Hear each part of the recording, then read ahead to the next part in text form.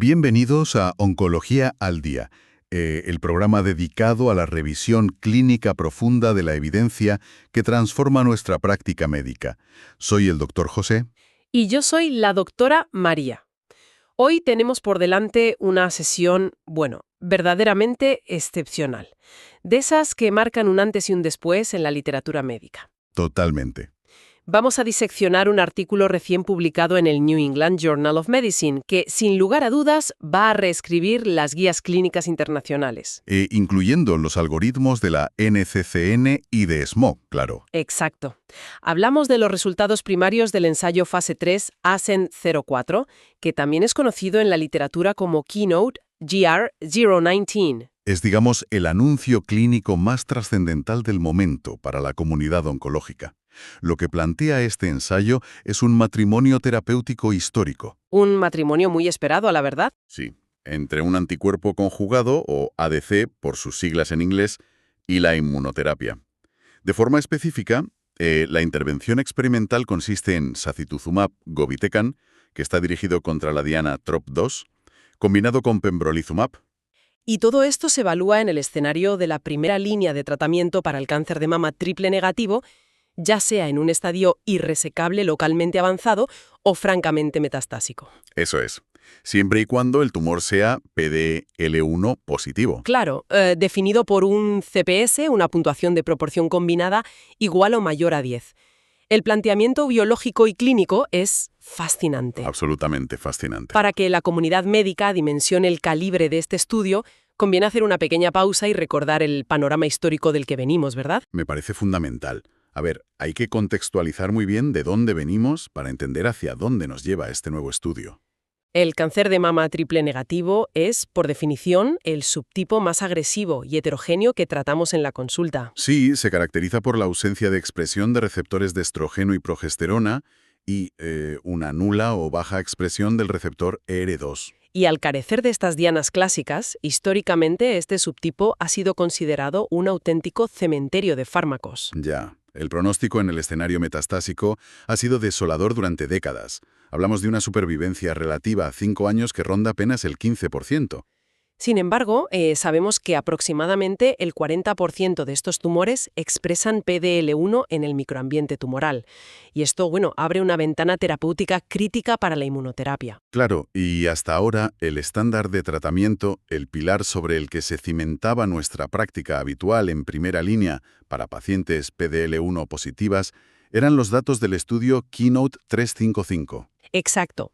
Aquel ensayo demostró que añadir pembrolizumab a la quimioterapia clásica, ya fuesen taxanos, como el paclitaxel o el nab-paclitaxel, o la combinación de gemcitabina con carboplatino, mejoraba significativamente la supervivencia. Fue un hito indiscutible en su momento.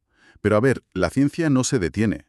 Y la misión de este nuevo ensayo ASCENT-04 va un paso más allá. Plantea una pregunta clínica verdaderamente audaz.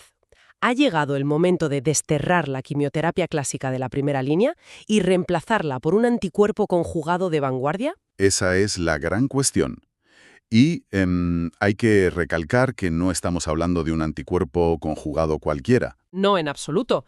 Sacituzumab govitecan es una molécula con un diseño de ingeniería bioquímica sumamente sofisticado. Consiste en un anticuerpo monoclonal humanizado que actúa como un vehículo teledirigido hacia TROP2. Que es una glicoproteína de superficie celular que está altamente sobreexpresada en los tumores triple negativos. Pero la verdadera magia reside en su carga útil y en cómo se libera, ¿no? Sí, el anticuerpo está unido a través de un enlazador hidrolizable a SN38, que es el metabolito activo y un potente inhibidor de la topoisomerasa 1. Ese detalle del enlace hidrolizable no es un dato menor. Entiendo que es fundamental para el mecanismo de acción que explica la eficacia que vamos a analizar hoy. Internalizado el receptor. Claro, sino que también libere el quimioterápico directamente en el microambiente tumoral extracelular. Exactamente. Esto genera el famoso efecto espectador o bystander effect. Destruye a las células cancerosas vecinas incluso si éstas no expresan la diana TROP2. Es un mecanismo perfecto para combatir la alta heterogeneidad del triple negativo. Ya conocíamos su eficacia en líneas posteriores gracias al ensayo ASCENT original, pero adelantarlo a la primera línea y combinarlo con el bloqueo del punto de control inmunitario PD-1 Busca una sinergia mecanicista. El daño en el ADN causado por el SN38 genera neoantígenos y modula el microambiente, lo cual teóricamente potencia la respuesta de las células T activadas por el pembrolizumab. La base biológica suena prometedora, pero lo que cambia las guías clínicas son los ensayos robustos. Totalmente. Y el rigor metodológico de este ensayo fase 3 para probar esa hipótesis es impecable. Se trata de un esfuerzo internacional masivo. Sí, incluyó a 443 pacientes en 186 centros distribuidos en 28 países. La aleatorización se hizo en una proporción estricta de 1:1. Por un lado, el brazo experimental recibiendo sacituzumab govitecan a dosis de 10 miligramos por kilogramo los días 1 y 8, junto con pembrolizumab cada 21 días. Y por el otro lado, el brazo control, que es un reflejo fiel de nuestra práctica clínica actual. Se administraba la combinación de quimioterapia elegida por el médico investigador junto a pembrolizumab. Todo validado con una confirmación centralizada del estado triple negativo y de la positividad para PDL1 mediante el ensayo inmunohistoquímico 22C3-FARMEDX. Con este diseño sobre la mesa, entremos en el desglose de los datos de eficacia. ¿Qué nos dice el objetivo primario? Pues el objetivo primario, que fue evaluado rigurosamente por una revisión central independiente y cegada, fue la supervivencia libre de progresión. Y es aquí donde la estadística arroja una luz contundente. Así es, la mediana de supervivencia libre de progresión alcanzó los 11,2 meses en el brazo del anticuerpo conjugado con inmunoterapia.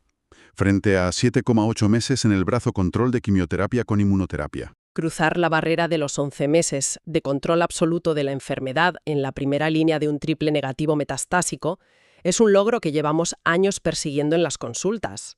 Es un salto cuantitativo espectacular, pero siempre insistimos en que la mediana es solo un punto en la curva.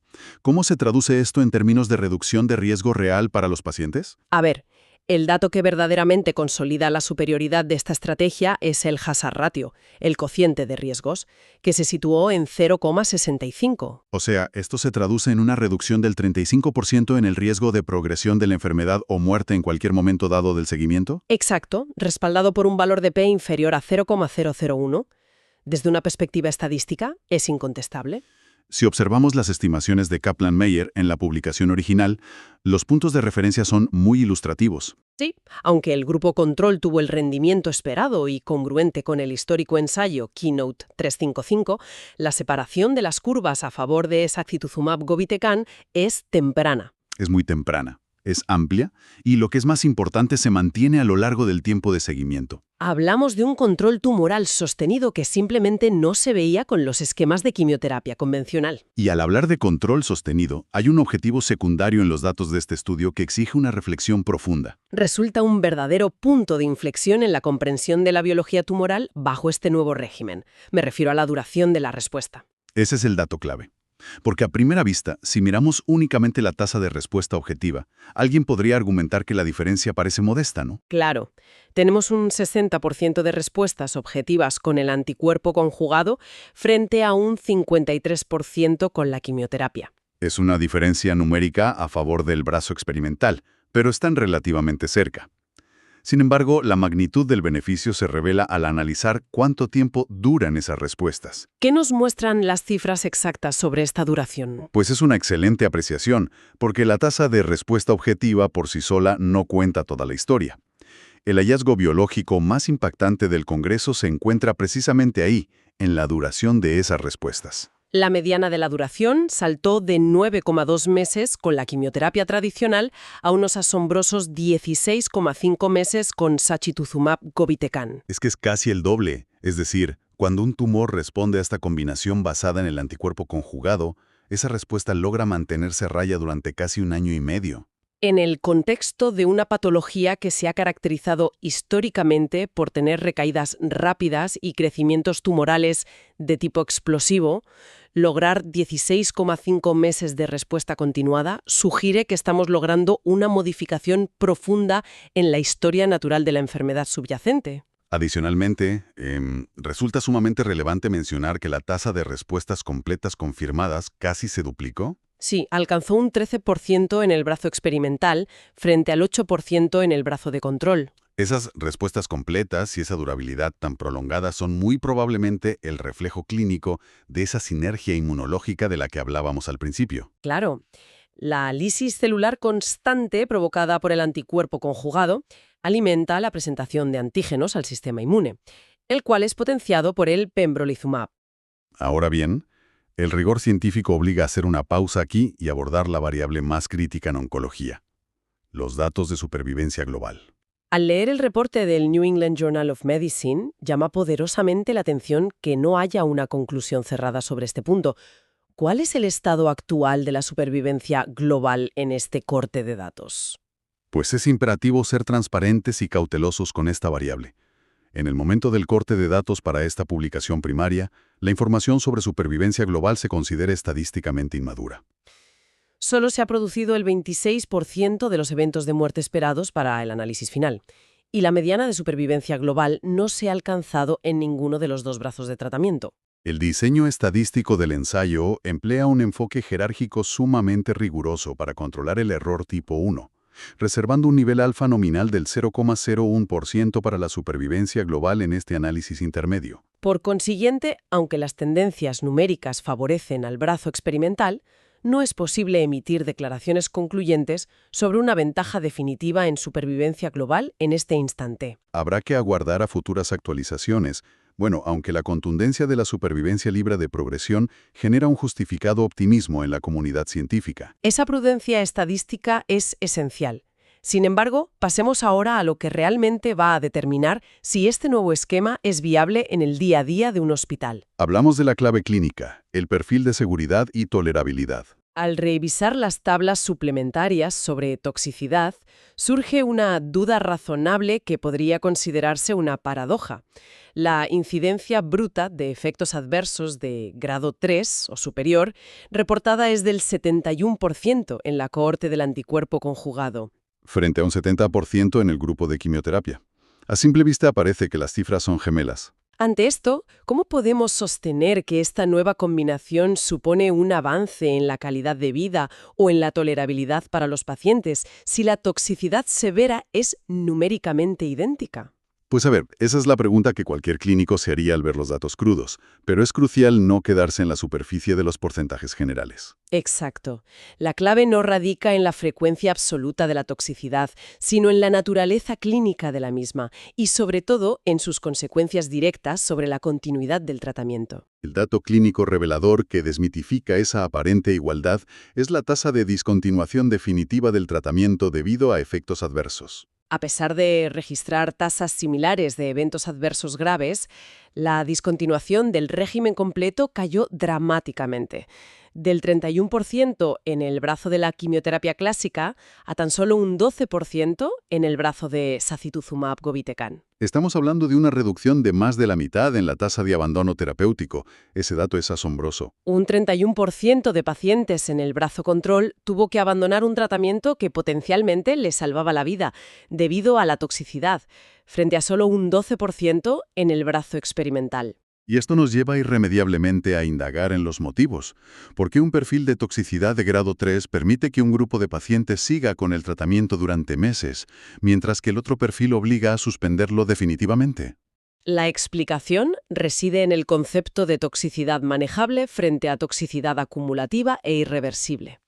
Las reacciones adversas predominantes asociadas al anticuerpo conjugado en este estudio fueron la diarrea, que se presentó en un 70% de los casos, y la neutropenia, presente en un 63%.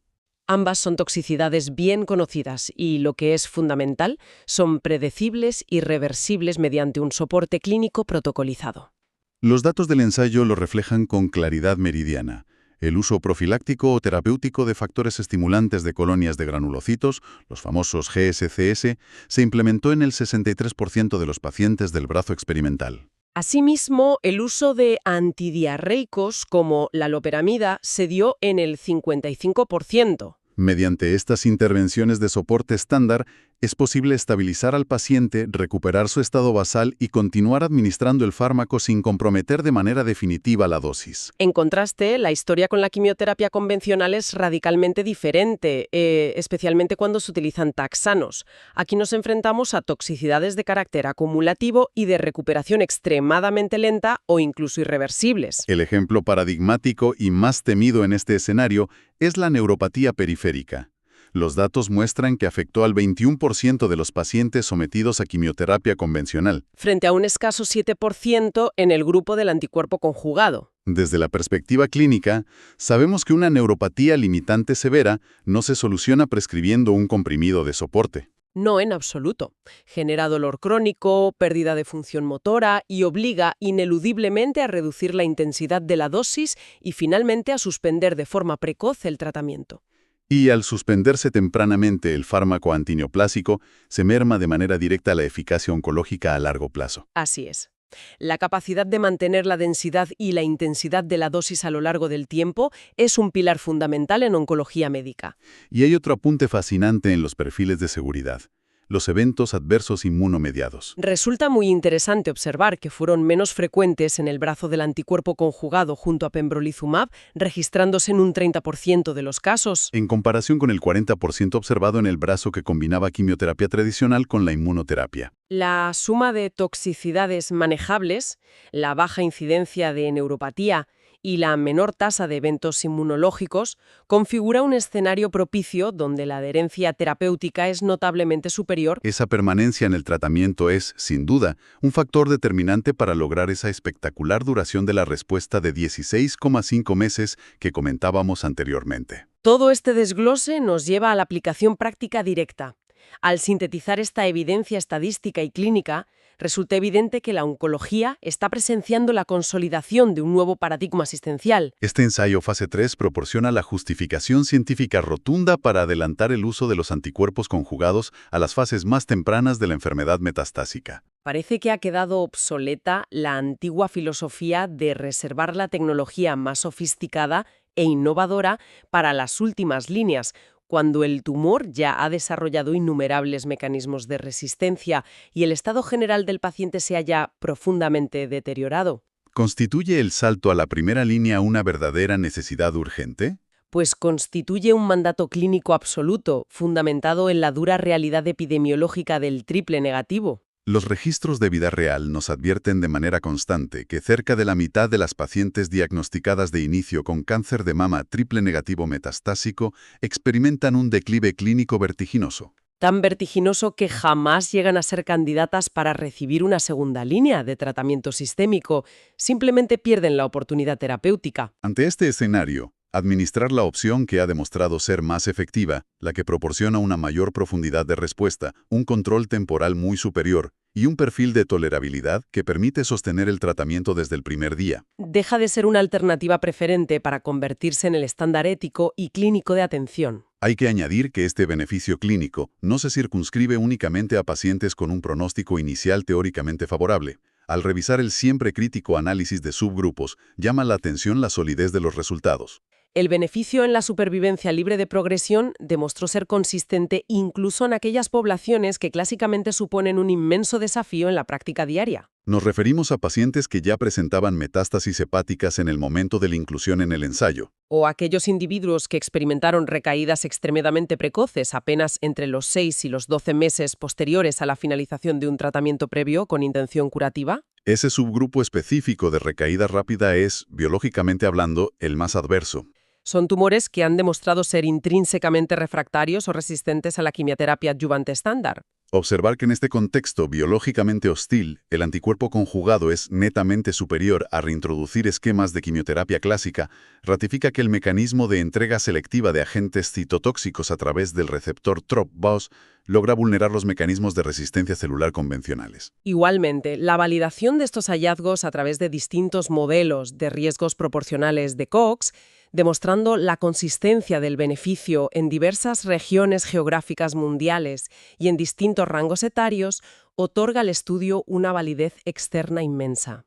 La madurez de estos datos de progresión y la calidad de las respuestas, acompañadas de una tolerabilidad que evita los abandonos precoces, alteran irremediablemente el algoritmo de decisiones. Es un privilegio profesional poder analizar en profundidad ensayos que modifican el pronóstico de una enfermedad tan agresiva basándose en un diseño experimental irreprochable. No cabe duda. No obstante, la publicación de un ensayo que altera de manera tan radical un paradigma establecido siempre trae consigo nuevos dilemas que exigirán un profundo debate en la especialidad. En este análisis exhaustivo, no podemos concluir sin plantear una reflexión crítica sobre las implicaciones futuras de este avance. Existe un dato epidemiológico dentro de los resultados del ensayo que invita a una reflexión fascinante. Se reporta que un abrumador 81% de los pacientes del brazo control de quimioterapia que recibieron terapias tras la progresión acabaron cruzando para recibir sacituzumab govitecan. Ya fuera dentro de estudios posteriores o en un contexto comercial, esta cifra es un testamento del alto valor percibido de este fármaco en la práctica clínica. Ese alto porcentaje de cruce plantea un reto de interpretación formidable. Si el 81% del brazo control terminó recibiendo el fármaco experimental de todos modos, esto podría diluir los beneficios futuros cuando se analice la supervivencia global final. Pero, de forma más amplia, introduce el gran dilema intelectual para la redacción de las futuras guías clínicas y la secuenciación de tratamientos. Si se establece un consenso universal para utilizar la mejor opción disponible, el anticuerpo conjugado contra TROP2 junto a la inmunoterapia directamente en la primera línea de tratamiento. ¿Qué impacto tendrá esto en las opciones terapéuticas de las líneas sucesivas?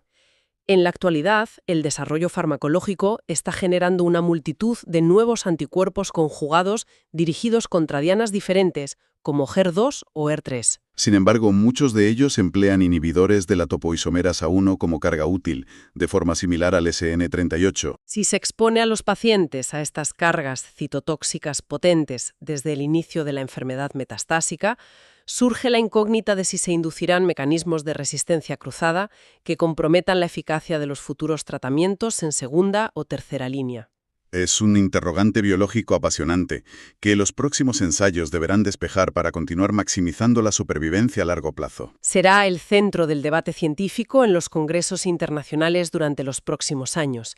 Comprender en profundidad la dinámica de la evolución clonal de los tumores, la modificación del microambiente inmunológico y la emergencia de resistencias tras la exposición temprana a esta potente sinergia representará el siguiente granito en la investigación de esta compleja enfermedad. Ha sido una disección clínica apasionante que refleja verdaderamente la evolución trepidante de nuestra especialidad. Si este análisis de vanguardia aporta a la formación médica y a la práctica diaria de quienes nos escuchan, invitamos a la audiencia a considerar apoyarnos en nuestro cafecito, una contribución que resulta de gran ayuda para seguir produciendo y compartiendo el análisis más riguroso de la literatura médica actual. Se agradece profundamente el tiempo y la enorme atención prestada en esta revisión técnica. Se invita a la comunidad médica a suscribirse a los canales oficiales en YouTube y Spotify para asegurar el acceso a cada nueva actualización científica. Hasta la próxima entrega de Oncología al Día.